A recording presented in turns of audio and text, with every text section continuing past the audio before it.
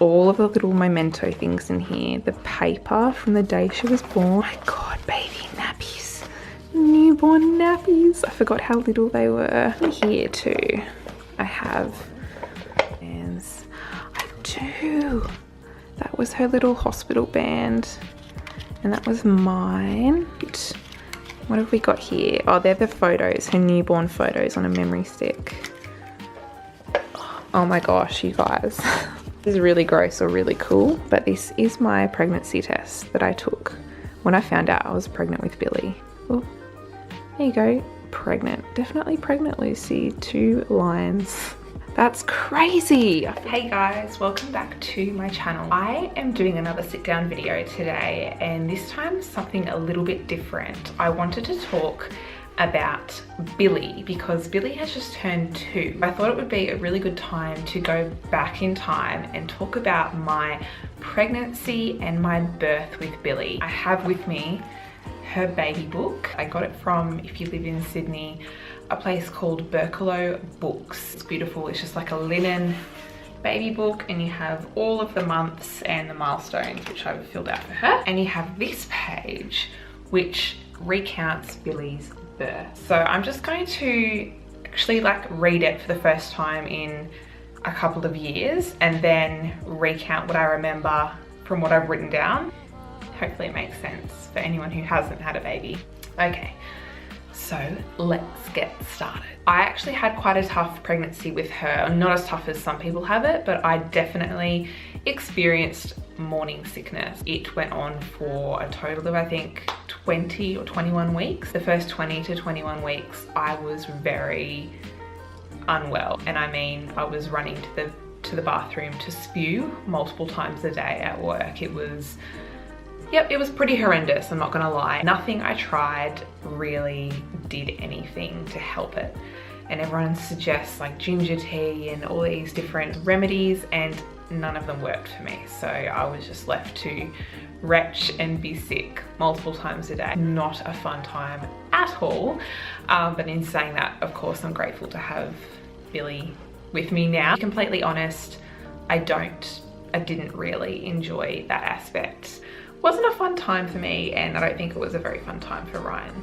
Along with the morning sickness, I also had cravings for sugary things and anything that I didn't usually eat, anything junky and carby. I had to eat crackers and salty biscuits, and you just have the weirdest cravings. I craved fruit at one stage. I craved just sugar and sour lollies and all of that sort of stuff. I definitely craved, and I just gave into it. I ate pretty much what I wanted the entire pregnancy because my cravings were just so intense. So I first felt little flutters or little kicks with Billie at about 20 weeks. Around the time I started to feel a bit better and not experience the morning sickness so much, I was feeling kicks, which was very exciting, I remember. All of these pregnancy pictures just takes me back in time, honestly. Altogether, in my pregnancy with Billie, I probably put on about 20 kilos, I would say, close to 20 kilos. I didn't feel like I had put on heaps of weight, but I think when I had her, when I actually given birth, you know, when you look at yourself in the mirror, you realize how much weight you actually did put on.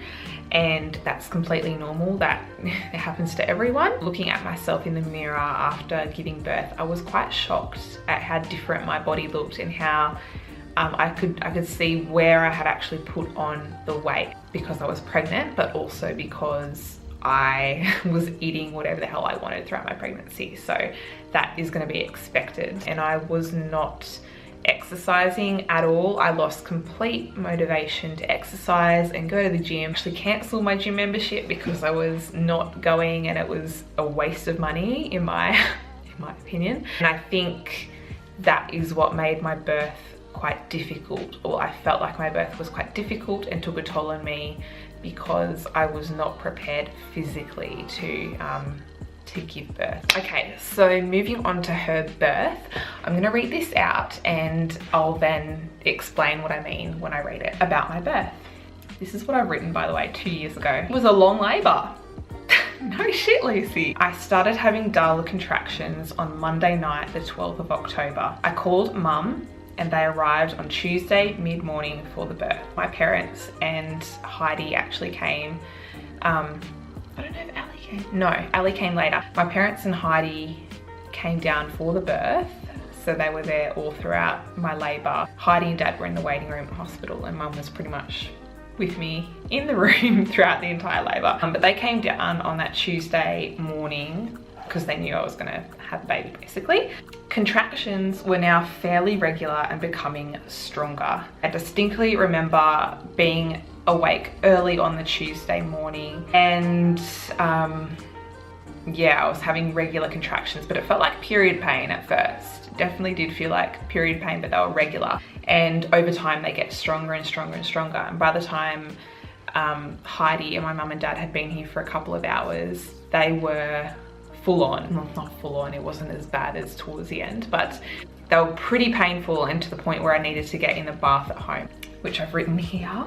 On Tuesday afternoon, I spent some time in the bathtub and shower at home before heading into hospital around 4 p.m. That car ride into the hospital was, oh, the most painful thing. I had to sit upright, and all I wanted to do was just cripple over. And the contractions were coming so regularly. They were like maybe a minute apart. Yeah, I remember that car ride being very, very difficult, but I was in for a long slog in the hospital. That was only the beginning. After an examination, I was 3 to 4 centimeters dilated. So that's what I was told after I'd been examined by the midwives in the hospital. I spent a while in the bath and bouncing on a fit ball to ease the pain of the contractions. The bath was quite nice, to be honest. It was really nice to get in a warm bath and yeah, just chill out in there. And you can, like, by the time you're in hospital, you lose all of your dignity, and I just stripped off. Like, I was completely naked in the bath, just trying to deal with the contraction pain. And then they tried to put a cannula in my hand, but because I was on my hands and my knees kind of kneeling in the bath and it was underwater, they had to actually put it in my forearm here. And I remember that being the most painful thing too, and blood just spilled everywhere. But I've still got a scar on my arm for where they put the cannula in my arm, labouring Billie.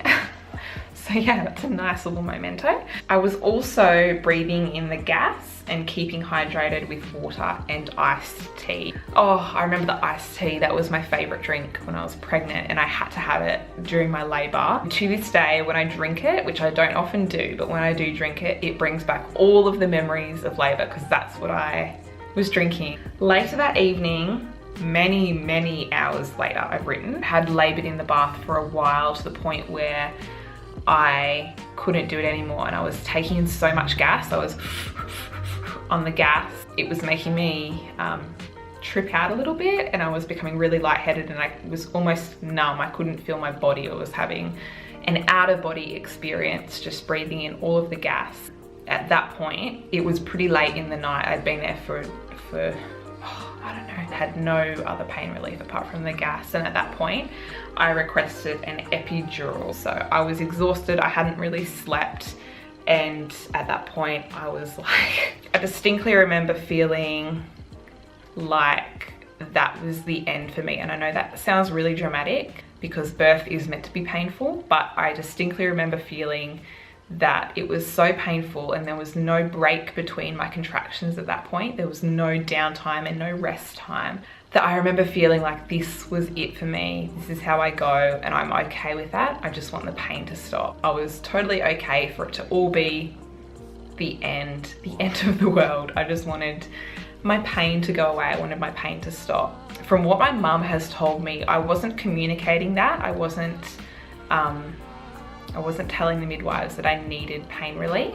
I had lost the feel of my body. I was just tripping out of it. I was so, yeah, I was on a different planet, and I couldn't deal with the pain anymore. The contractions were way too close together. I was getting no break between them, and at that point I said I need an epidural, and I had to get out of the bath for them to examine me. I think from the last time they examined me, I got to 8 centimeters dilation. So that was almost at 10 centimeters. I was almost ready to push, but at that point I was like, no, I need something else. I need an epidural.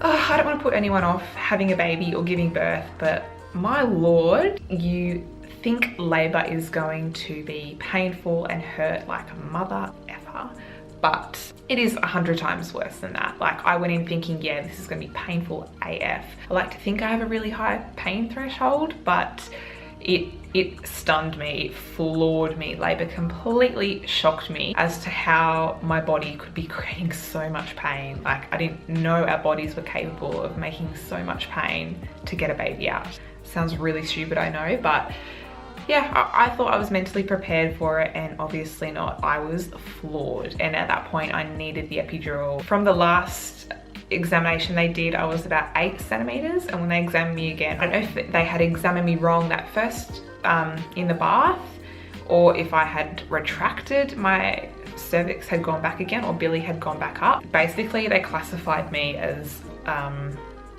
my labor had stopped progressing. Because I went publicly and not privately, I had to wait for the anaesthetist to come and give me the epidural, and that was like a 45-minute wait. I had another 45 minutes of labor contractions, just full throttle, before he came and he got to give it to me. When you have an epidural, they get you to hug a pillow and sit over the edge of the bed with your back hunched, so when you're having the contractions, you're less likely to move. He failed the first time. He just didn't get it in the right spot, didn't hit my spinal cord or whatever, but it definitely failed. And then he finally got it in, and I remember I started to feel it numb one side of my body, and then slowly it numbed the next side of my body. So from around about my rib cage down, I couldn't feel a thing, but I could feel the pressure of the contractions coming and going. Like, you could feel like a pressure, but for most part my pain was gone, and I was like, fucking yes, I can push this baby out now. I can do this. Like, my pain is gone.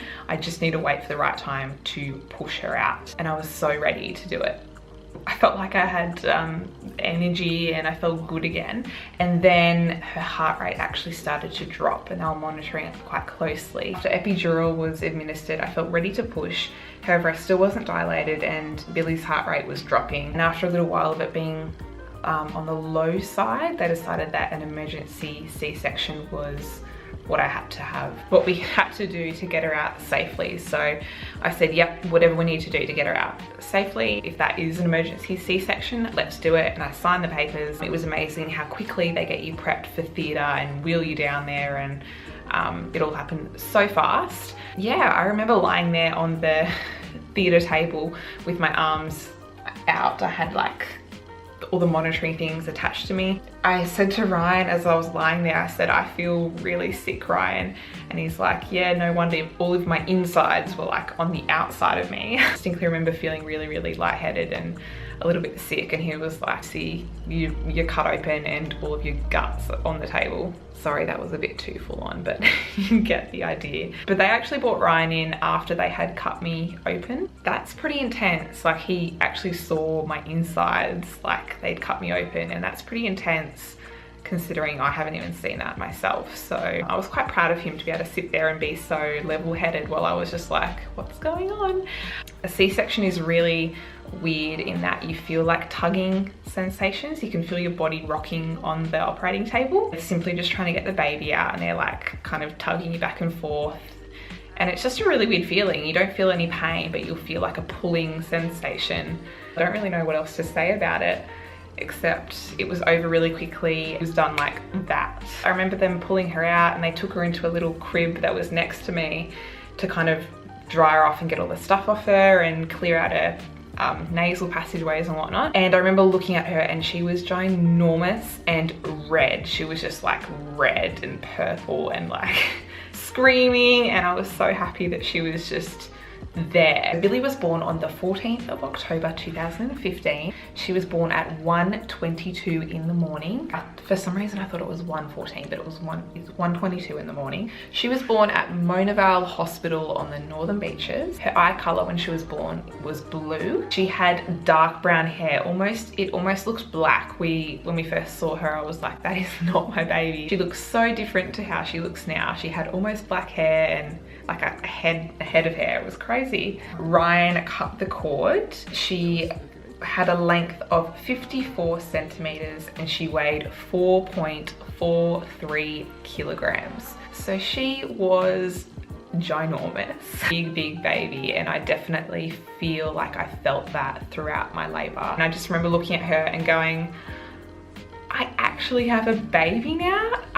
Like throughout pregnancy you just have this belly and then you're like, that baby was inside of me for so long. It was just the weirdest feeling to look at her and I'm like, that's my baby. Like she's got dark brown hair and that is my baby. So weird. But they came and they put her on my chest and I got to have a cuddle with her and a few pictures.